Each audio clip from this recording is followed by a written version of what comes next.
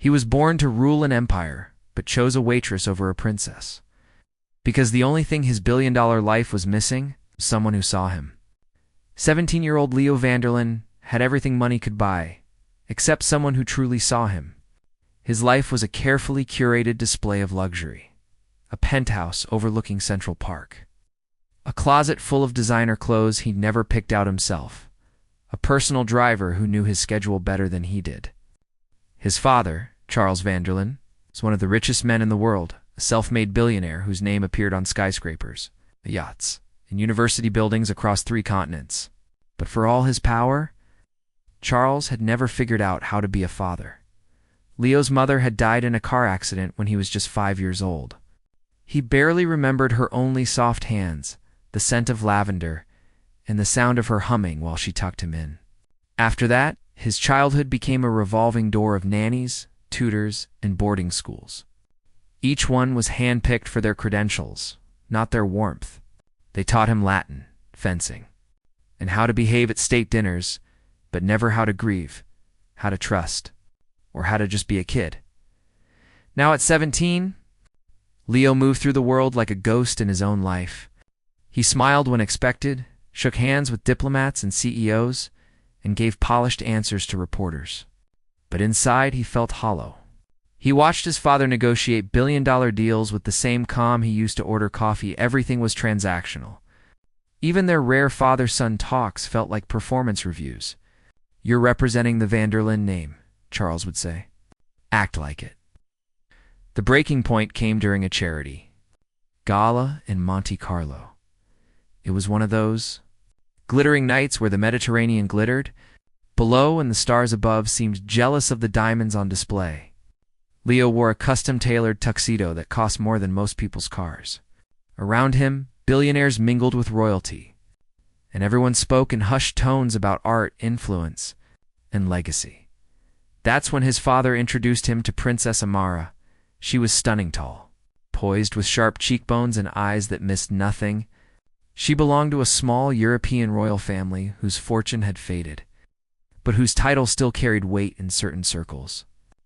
Charles had been courting her for months, not out of love, but strategy. "She's elegant, well-connected, and understands our world," he'd told Leo earlier that week. "She could be a guiding presence for you." At the gala, Amara smiled warmly and took Leo's hand. "You're even more handsome in person," she said, her accent smooth like silk. But as they chatted, Leo noticed how her eyes kept flicking toward his father, calculating, measuring. When she asked about his interests, it felt less like curiosity and more like reconnaissance. "Do you enjoy polo?" "Sailing, the opera," she asked, ticking off boxes in her mind. Leo gave polite, short answers. He didn't mention that he secretly loved sketching in a worn-out notebook or that his favorite music was indie rock, not classical.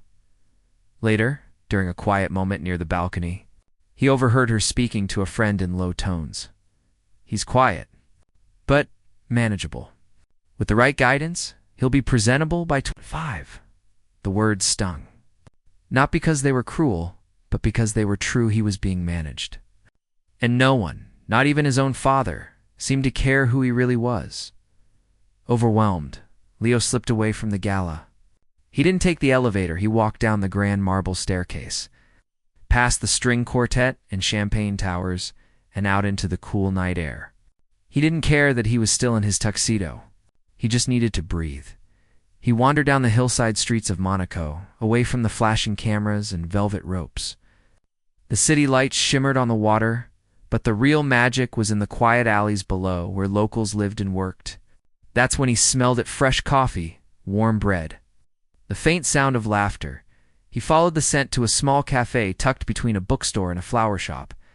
Its sign read La Petite Étoile, the little star. Inside, it was cozy. Mismatched chairs, shelves lined with secondhand books, and the soft hum of an old jazz record playing in the background. Behind the counter stood a young woman with dark, curly hair tied back in a messy bun. She wore a simple apron and had a smudge of flour on her cheek. When she saw Leo, she didn't gawk at his tuxedo or ask if he was lost. She just smiled and said, "Rough night?" Leo blinked. No one had ever asked him that before. Yeah, he admitted, surprising himself. You could say that. She poured him a cup of coffee black, no sugar, and slid it across the counter. On the house. Everyone deserves a quiet moment. They talked. Not about money or titles or expectations. She asked what he liked to do when no one was watching. He hesitated, then confessed he liked drawing cityscapes the way light hit old buildings at sunset. She lit up. I used to paint, she said, before life got complicated. Her name was Alina. She worked 2 jobs to help her younger sister finish nursing school. Her parents had died in a house fire 3 years ago, and since then she'd been both sister and parent. But there was no self-pity in her voice, just quiet strength. For the first time in years, Leo didn't feel like the Vanderlyn Heir. He just felt like Leo, in that simple cup of coffee. Shared with a stranger who treated him like a human and not a commodity, changed something deep inside him. He left the cafe that night with a full heart and a promise to himself. He would come back. Not as a billionaire son, but as himself, and he did. The next evening, he returned, this time in jeans and a hoodie. No bodyguard, no agenda. Alina recognized him instantly but didn't make a fuss. She just nodded and said, "Your usual?" From then on, the cafe became his sanctuary. While the world saw a polished heir, Alina saw a lonely boy trying to find his way. She never asked for anything, never hinted at his wealth. She just listened. And in that small, unassuming place, Leo began to remember who he was beneath the name, the fortune, and the expectations. Back in his gilded world, his father was already planning the next move, engagement rumors with Princess Amara, board appointments, public appearances. But Leo had found something far more valuable than any title or alliance, a connection that asked for nothing but offered everything. And though he didn't know it yet, a quiet bond would soon force him to make a choice that would shock the world and redefine what it truly means to be family. Leo didn't tell anyone about the cafe. Not his father, not his driver, not even the discreet security team that followed him at a distance. To them, he was just taking walks or exploring the city. But in truth, he was running toward something real, toward Alina. The woman who served coffee like it was a gift and listened like his words mattered. At first, their conversations were light. She'd ask how his day was. He'd shrug and say fine, then slowly, over weeks, begin to add more. He told her about the pressure of being the Vanderlyn Heir, how every decision felt like it had to protect a legacy he never asked for. She didn't offer advice. She just nodded and said things like, "That sounds heavy," or "No wonder you needed coffee." Alina was 28, but she carried herself with a calm that made her seem older. She'd studied fine arts at a small college in Barcelona before her parents died suddenly in a house fire. With no insurance and mounting bills, she dropped out to care for her 16-year-old sister, Sophia, who was still in high school. Now, Sophia was in nursing school, working part-time while Alina covered rent, groceries, and textbooks with her double shifts at the cafe and a late-night job at a bookstore. She never complained. Not once. But Leo saw the tiredness in her eyes, the way her hands moved quickly but carefully, like she was used to making every second count. One rainy afternoon, he found her sketching on a napkin during a quiet moment between customers, a quick drawing of the old lighthouse on the harbor. "I used to dream of painting full-time," she admitted quietly. "But dreams don't pay hospital bills." Leo felt a pang in his chest. He could buy her a studio, a gallery, a lifetime of art supplies with less than a day's interest from his trust fund. But he knew she'd never accept it. And that's what made her different. She wasn't looking for a rescue. She was just living honestly, bravely. He started coming almost every day. Sometimes he'd sit in the corner with a book. Other times they'd talk for hours during her break. He told her about his mother, how he kept a single photo of her in his wallet, how he sometimes talked to her before bed, even though he knew she couldn't hear. Alina listened without pity, just presence. "Grief doesn't disappear," she said once. "It just learns to walk beside you." One evening, he brought his sketchbook. He'd drawn the cafe from memory, the crooked sign, the potted geraniums, Elena behind the counter, smiling. She stared at it, eyes wide. "You drew me?" she whispered. He nodded, suddenly shy. She touched the page gently, like it was something sacred. "No one's ever drawn me before," she said. That simple sentence stayed with him longer than any boardroom compliment ever had. Meanwhile, back in the Vanderlyn world, Charles was growing impatient. He noticed Leo's absences, his distracted air during meetings, the way he seemed lighter when he returned from his walks. Suspicious. He had his security team follow Leo more closely. When they reported that he was spending hours in a small cafe with a waitress, Charles was furious. A waitress? He snapped during a private dinner at their Monaco villa. "Leo, you're not some tourist looking for a fling. You have responsibilities, a name to uphold." "It's not like that," Leo said, voice tight. "She's just a friend." "Friends don't matter in our world," Charles replied coldly. "Alliances do. And Princess Amara is the kind of woman who can open doors you don't even know exist." Leo didn't argue. He just pushed his plate away, appetite gone. But inside, something hardened.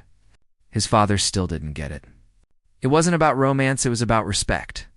Alina never treated him like a prize to be won or a problem to be fixed. She treated him like a person. Unbeknownst to Leo, Charles had been working with his lawyers on a new clause in his will. He called it the Guardian Clause, because Leo wouldn't inherit full control of the empire until he turned 25. Charles wanted to appoint someone to guide him not financially but morally, someone to steer him away from reckless choices and protect the family's dignity. He'd already decided on Princess Amara. She had the pedigree, the poise, the connections. In Charles's mind, she was the perfect stepmother, figure elegant, controlled, and utterly loyal to the Vanderlyn brand. But fate had other plans. One afternoon, Leo overheard a conversation he wasn't meant to hear. He'd returned early from the cafe and walked into the villa's library, only to find Amara speaking on the phone in hushed, sharp tones. Of course I'll manage him," she was saying. "He's young, impressionable. With the right influence, he'll sign whatever we put in front of him. The real power stays with Charles and eventually with me." Leo froze. His stomach dropped. So that's what he was, a project. A puppet. Not a son, not a person, just a signature waiting to be guided. He backed out silently, heart pounding. That night, he didn't go to the cafe. He sat on his balcony, staring at the sea, feeling more alone than ever.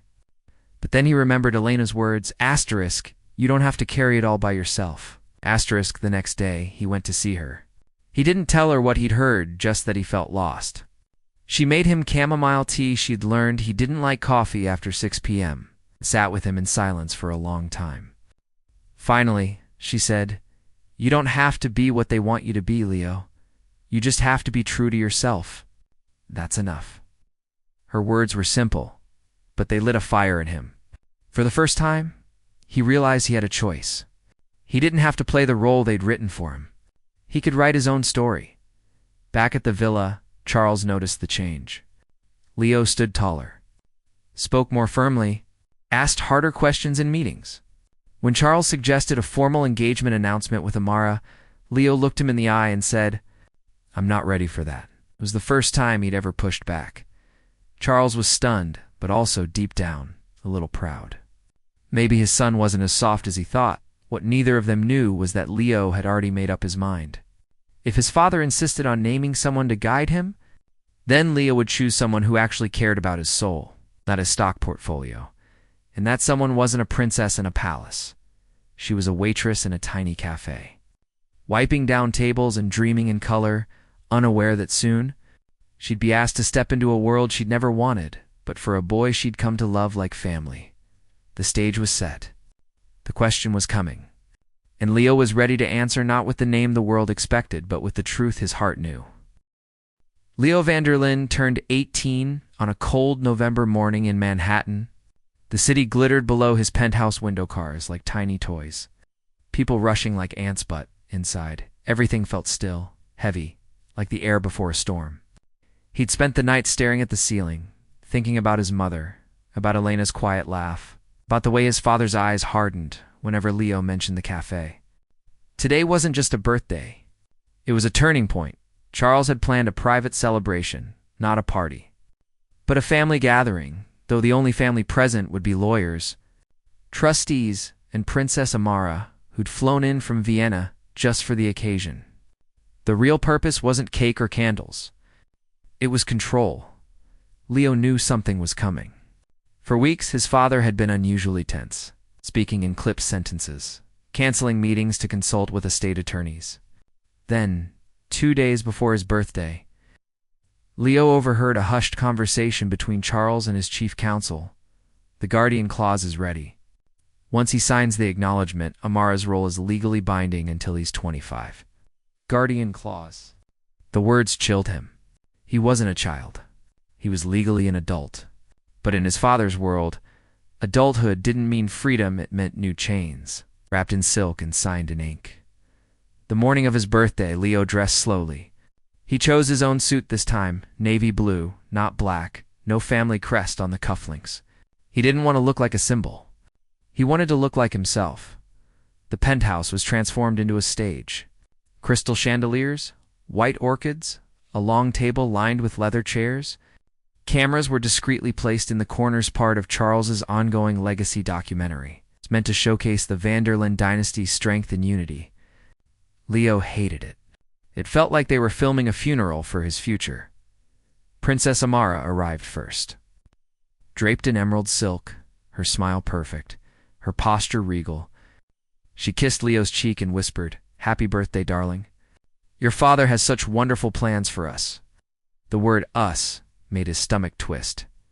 Then Charles entered, commanding the room without saying a word. He nodded to the lawyers, who took their seats.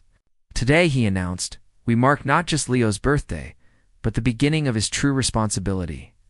As part of my updated will, I've created a role moral guardian, someone to guide him through the next critical years to protect the values of this family. He turned to Amara, gesturing with pride. I've chosen Princess Amara. Her wisdom, grace, and understanding of our world make her the ideal choice. All eyes turned to Leo. The cameras rolled. The air thickened. This was the moment they'd rehearsed in their minds. Leo would smile, thank her, seal the alliance. The perfect heir. But Leo didn't move. He looked at Amara. He remembered her voice on the phone. Asterisk, he's manageable. Asterisk. Wiping down tables after a double shift, asking how his day was like, it actually mattered. He thought of his mother's photo in his wallet, and how no one had asked him what he wanted since she died. Then he stood. The room went silent. Even the hum of the city outside seemed to pause. No, Leo said. Just one word. But it echoed like thunder. Charles frowned. Leo, this isn't a request. It's part of the succession plan. I know, Leo said, voice steady. And I'm saying no. Mara's smile froze, then cracked. Is this some kind of joke? She asked, voice tight. No joke, Leo replied. He took a breath, heart pounding, but his mind was clear. If I have to choose someone to guide me, it's not her. He paused. Every eye was on him. His father's face was unreadable. Shock, anger, maybe something else. It's Elena. Silence, not just quiet silence. The kind that swallows sound whole. Amara stood so fast her chair scraped the floor. Elena? The waitress? Her voice dripped with disbelief. You're choosing a coffee server over a royal advisor? Over your own future? She's not just a waitress, Leo said, meeting her gaze. She's the only person who's ever treated me like I matter, not for my name, not for my money, but just as me. Charles finally spoke, low and dangerous. This is emotional foolishness, Leo. You don't understand what's at stake. I understand better than you think. Leo shot back. You want someone to manage me? But Elena, she helps me become someone. There's a difference. Amara gathered her coat, eyes blazing. Fine. Enjoy your little fantasy. But don't come crying when the world laughs at you. She swept out, heels clicking like gunshots. The lawyers exchanged nervous glances. One cleared his throat. Mr. Vanderlyn, legally the heir's input on moral guardianship is advisory. The final decision rests with you. Charles didn't answer right away. He stared at his son, really looked at him for the first time in years. He saw not defiance, but pain. Not rebellion, but longing. The same look his wife used to give him when he worked too late. Too hard, too coldly. "Leave us, Charles," said to the room, one by one. They filed out lawyers, assistants, camera crew. Only father and son remained. "You really mean this?" Charles asked quietly. "Yes," Leo said. "I'd rather walk away from all of it than let someone guide my heart who doesn't understand it." Charles turned to the window, hands clasped behind his back. "You think I don't care about your heart?" "I think you care more about the empire," Leo said gently. "And maybe. You forgot that empires are built by people, not just profits." The words hung between them. Outside, the city pulsed with life, messy, unpredictable, real. Just like Alina, just like the life Leo was choosing. Charles didn't agree. Not yet. But for the first time, he didn't shut the door either. He simply said, "We'll talk again." And in that moment, Leo knew he hadn't won, but he'd been heard. And sometimes, that's the first step toward changing everything. The cameras were off. The script was torn. But the story? The real story of a boy choosing truth over tradition, kindness over control, had just begun. Charles Vanderlyn wasn't used to being told no. In boardrooms across the globe, his word was law. Billion-dollar deals bent to his will. Politicians returned his calls within minutes. But now, standing in his penthouse, with his only son, staring back at him with quiet defiance, he felt something unfamiliar dashed out. Leo had just done the unthinkable, in front of lawyers, trustees, and a stunned Princess Amara. He'd rejected the carefully orchestrated future his father had built for him, and instead of choosing royalty, power, or pedigree, he'd named Elena Waitress with calloused hands and a second hand, as the person he wanted to guide him through the most vulnerable years of his life. At first, Charles reacted the only way he knew how, with control. He called an emergency meeting with his legal team. "This is emotional nonsense," he snapped. "She has no background in finance, governance, or high society protocol. She can't possibly advise him on matters that affect a $40 billion empire." But Leo didn't back down. "I'm not asking her to run the company," he said calmly. "I'm asking her to help me stay human while I learn how to run it." The words hit Charles harder than he expected. Stay human. It echoed in his mind long after Leo left the room. That night, alone in his study, stared at a faded photo on his desk, him and his late wife, laughing on a beach in Santorini years before money changed everything. She'd always warned him, "Don't let the empire eat your soul." He hadn't listened. And now his son was echoing her warning through someone else. Still, Charles refused to give in. He cut off Leo's private allowance, restricted his access to certain trust funds, and even tried to have Alina quietly offered a generous sum to disappear. But Alina, when approached by a discreet representative, simply said, "Tell Mr. Vanderlyn I don't want his money. But if he ever wants to talk to his son like a father, not a CEO, he knows where to find me." Her refusal wasn't angry. It was dignified. And it haunted Charles. Meanwhile, Leo didn't fight back with threats or tantrums. Instead, he did something far more powerful. He walked away. He moved out of the penthouse and rented a small apartment near the cafe paid for with savings from his first real job. Tutoring high school students in math, he kept his phone off, ignored his father's calls, and focused on finishing school. He visited Alina not as a prince seeking shelter, but as a young man building a life on his own terms. Weeks passed. The media speculated. The board grew nervous. Princess Amara humiliated. Returned to Europe and gave a carefully worded interview hinting at unstable influences around the heir. But Leo stayed silent. He knew this wasn't about winning a battle. It was about proving a point. And then, one rainy Tuesday, Charles did something no one expected. He put on an old raincoat. tucked his phone in his pocket, and walked Elan down to Le Petit Toil. He hadn't been inside a regular cafe in over 20 years. He felt out of place, like a ghost in a world that had moved on without him. Alina was behind the counter, humming softly as she wiped down the espresso machine. She looked up. Pand recognized him instantly. Not from tabloids or galas, but from Leo's descriptions. "Mr. Vanderlyn," she said, her voice calm, not cold. "Coffee," he nodded, surprised she didn't throw him out. He sat at a corner table, watching her move with quiet efficiency. When she brought his coffee black, no sugar, just how Leo liked it, she didn't hover. She just said, "It's on the house." "Leo says you haven't slept much lately." Charles blinked. "He talks about me?" "Sometimes," she said gently. "Mostly he worries you've forgotten how to be kind to yourself." The words landed like a stone in his chest. He looked around the cafe, the worn wooden floors, the mismatched mugs, the bookshelf full of dog-eared novels. This was where his son had found peace. Not in boardrooms or ballrooms, but here in simplicity. Over the next few weeks, Charles returned. Always alone. Always in plain clothes. He never mentioned Leo at first. He just sat, drank coffee, and watched life happen. He saw Alina help an elderly man carry his groceries, comfort a crying child whose ice cream had fallen, laugh with her sister over burnt pastries. She wasn't performing.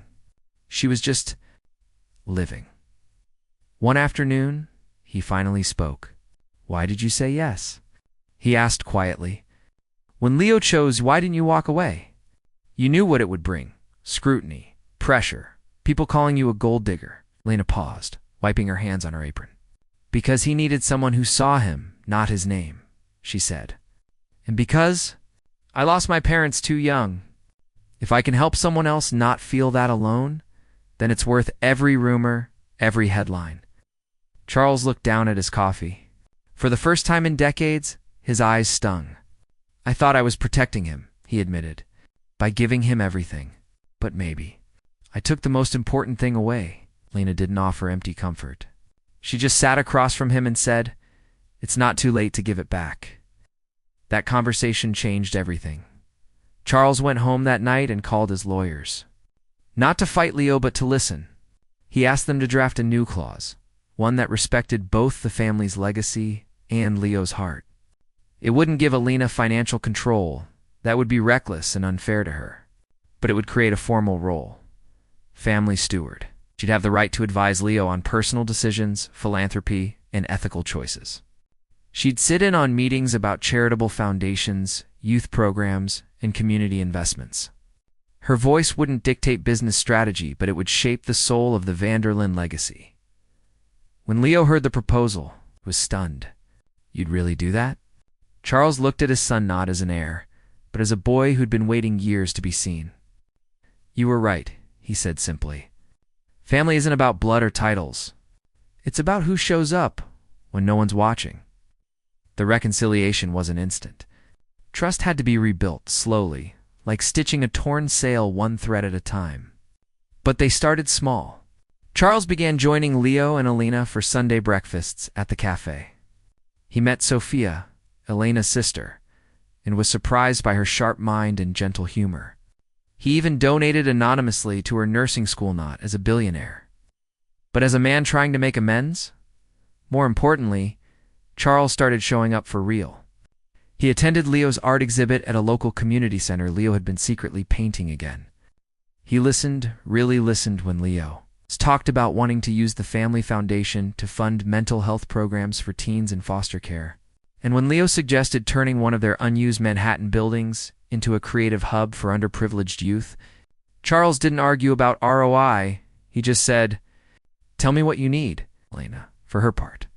Never let the new role go to her head. She still worked at the cafe. She still lived in her tiny apartment. But now, she also sat in quiet strategy sessions, offering insights no MBA could teach. Ask the kids what they actually need, not what you think they should want. Or, real change starts with dignity, not donations. The world watched, confused at first. How could a billionaire, A prince in waiting and a waitress form a family. But those who knew the truth understood they weren't bound by law or money. They were bound by something rarer: mutual respect, shared pain, and the quiet courage to choose love over legacy. And in the end, that was the real inheritance, not the billions, not the name, but the choice to build something kinder, together. 1 year after the night Leo said no to the princess and yes to the waitress. The Vanderlyn name still carried weight, but its meaning had changed. It no longer stood just for power, steel, and silent boardrooms. Now it also meant color, community, and second chances. Charles had kept his word. The new will was signed, notarized, and quietly filed. Princess Amara received a generous financial settlement, enough to secure her status for life, but no role in Leo's future. There were no public fights, no tabloid scandals. She vanished from their lives as gracefully as she'd entered, though whispers followed her for months. But Leo didn't care. He'd made his choice, and he'd never looked back. Alina, meanwhile, accepted the role of family steward with the same quiet grace she did everything else. She didn't move into a mansion or hire a stylist. She still woke up at 5 a.m., made coffee for Sophia before her nursing shift, and tied her hair back before opening the cafe. But now, twice a week, she also sat in a sunlit conference room at Vanderlyn Philanthropies, reviewing proposals for youth centers, mental health outreach, and arts education in neighborhoods most billionaires never visited.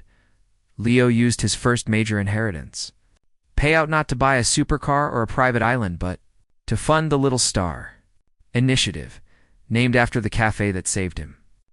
The first center opened in a once-neglected part of Brooklyn. It wasn't flashy. There were no marble floors or gold plaques, just bright walls covered in murals painted by local teens. A recording studio built from donated equipment. A library filled with books chosen by kids, not consultants. And a kitchen where volunteers taught cooking classes using food from community gardens at the opening ceremony. The crowd wasn't made up of celebrities or politicians. It was full of teenagers with sketchbooks, single moms with toddlers on their hips, retired teachers, and neighborhood elders who remembered when this block was written off as lost. In the middle of it all stood Leo Tai.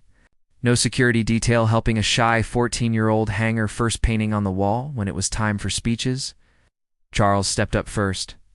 He didn't talk about ROI or brand alignment. He spoke about regret. For years, he said, voice rough with emotion, I thought love meant providing everything. But I was wrong. Love means showing up even when you're scared you've failed. Especially then. He looked at Leo, then at Alina. These two taught me that. Then Leo took the mic. He didn't call Alina his guardian, his stepmother, or even his mentor. He just said, this is the person who taught me how to be human. The crowd didn't cheer loudly. They didn't need to. The silence that followed was full of understanding. Alina didn't give a speech. She simply walked over to a small table near the entrance and started serving coffee, just like she always had. People lined up, not for a photo op, but because she remembered their names, their stories, their favorite orders. In that moment, she wasn't part of a billionaire's will. She was just Elena Warm, steady, real. Behind the scenes, the changes ran even deeper. Charles began mentoring teenagers from foster care programs, meeting them every Saturday at a community center. He didn't talk about stocks or success. He asked them about their dreams, their fears, their favorite songs. At first, they were wary. This old man in expensive shoes seemed out of place. But over time, they saw he was trying. Really trying. One boy even nicknamed him Grandpa C, and Charles beamed every time he heard it. Leo, now 18 and legally in control of his personal trust, made a bold move. He refused to join the family board until he'd worked a real job for a full year. He took a position teaching art at an after-school program, earning $22 an hour. His students didn't know he was a billionaire. To them, it was just Mr. Leotha, guy who stayed late to help with shading techniques and always had extra pencils. Alina watched him grow not into a CEO, but into a man. He laughed more. He listened more. He stopped checking his phone during conversations.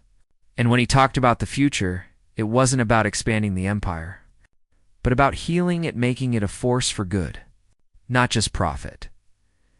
The media tried to spin it as a fairy tale. Billionaire heir chooses love over royalty. But those who knew the truth understood it wasn't about romance at all. It was about belonging. Alina never tried to replace Leo's mother. She simply offered what his mother might have wanted for him: safety, honesty, and unconditional support. And slowly, Van der Lin's legacy began to shift. Other heirs took notice. A tech tycoon's daughter started a literacy program. An oil magnate's son redirected his trust toward clean energy in underserved towns. The idea spread. Wealth wasn't just for preserving power, it was for planting seeds. One evening, months after the center opened, Leo and Alina sat on a bench outside, watching the sunset paint the brick walls gold. The street was alive with music from an open mic night inside. A group of kids waved at them as they passed, calling out, "See you tomorrow, Mr. Leo." "Hey, Alina." Leo smiled. "Remember when I thought my life was over because I didn't fit into my father's world?" Alina sipped her tea. "And now you're building your own. I couldn't have done it without you." She shook her head. "You did it yourself. I just reminded you that you were worth listening to." Inside, Charles stood by the mural wall talking to Sophia, who now volunteered at the center as a health educator. He'd helped her secure a scholarship to finish her nursing degree, not with a check, but by connecting her with a mentor in public health. She called him Mr. Van der Lin, but her eyes said more. She saw the man behind the money, the one trying to make things right. There were no grand weddings, no dramatic courtroom victories, no sudden riches for Alina. Life didn't work like that. But it worked better. It worked with shared dinners, late-night talks about ethics and empathy, and the quiet joy of watching someone you love finally feel at home years later. When historians wrote about the Van der Lin shift the moment, a dynasty turned toward compassion. They wouldn't cite stock prices or acquisitions. They'd point to a small cafe in Monaco, a boy who said no, and a woman who said yes to showing up. Because in the end, family isn't about who shares your blood or your bank account. It's about who sees your cracks and doesn't look away. Who believes in you even when you've forgotten how to believe in yourself.